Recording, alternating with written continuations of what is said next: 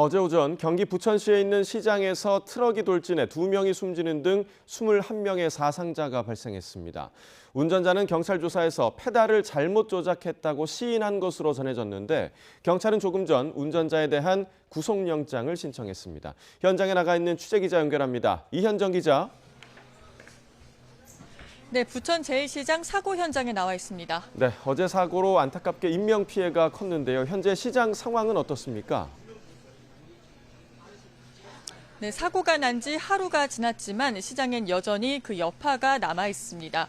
차량이 돌진한 경로를 따라 파손된 조리용 기계나 가판대가 곳곳에 보입니다. 널려있는 유리 파편 위로는 휘어진 자전거도 서 있습니다. 상인들은 아침부터 현장을 수습하느라 여념이 없었는데 근처를 지나던 손님들은 인명피해가 너무 컸다며 안타까워하기도 했습니다. 한 상인은 고령 손님들에게 피해가 집중됐다며 시장 통로가 좁은 데다 매대도 많이 나와 있어서 피할 수 있는 여유 공간이 부족했던 것 같다고 설명했습니다. 네, 어제 갑작스러운 사고로 인명피해도 상당히 컸죠? 네, 어제 10시 55분쯤 경기 부천시 원종동에 있는 부천 제1시장에서 1톤 트럭이 돌진하는 사고가 났습니다. 당시 차량은 주차하려는 데 뒤로 움직이다가 갑자기 앞으로 질주하기 시작했습니다. 경찰은 차량이 뒤로 28m 정도 후진했다가 150m를 질주한 것으로 확인했다고 밝혔습니다. YTN이 입수한 당시 CCTV 화면을 보면 가게 앞에 서 있던 화물차가 갑자기 속도를 높이며 쏜살같이 내달리는 모습을 확인할 수 있습니다.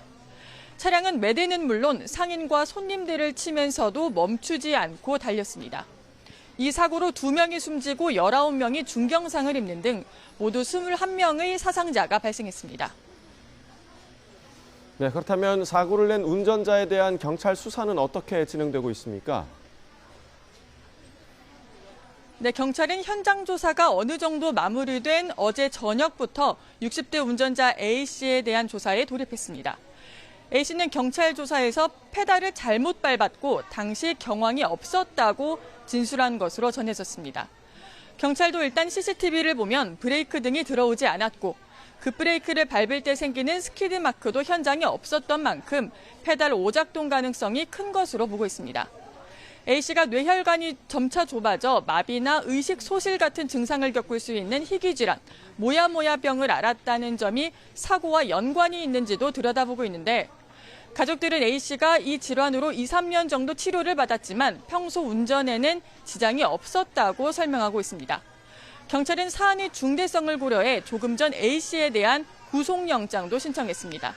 또 오늘 국립과학수사연구원에 트럭의 사고 기록 장치 분석을 의뢰하고 차량에 대한 감식도 협의할 예정이라고 설명했습니다. 지금까지 부천 제1시장 사고 현장에서 YTN 이현정입니다.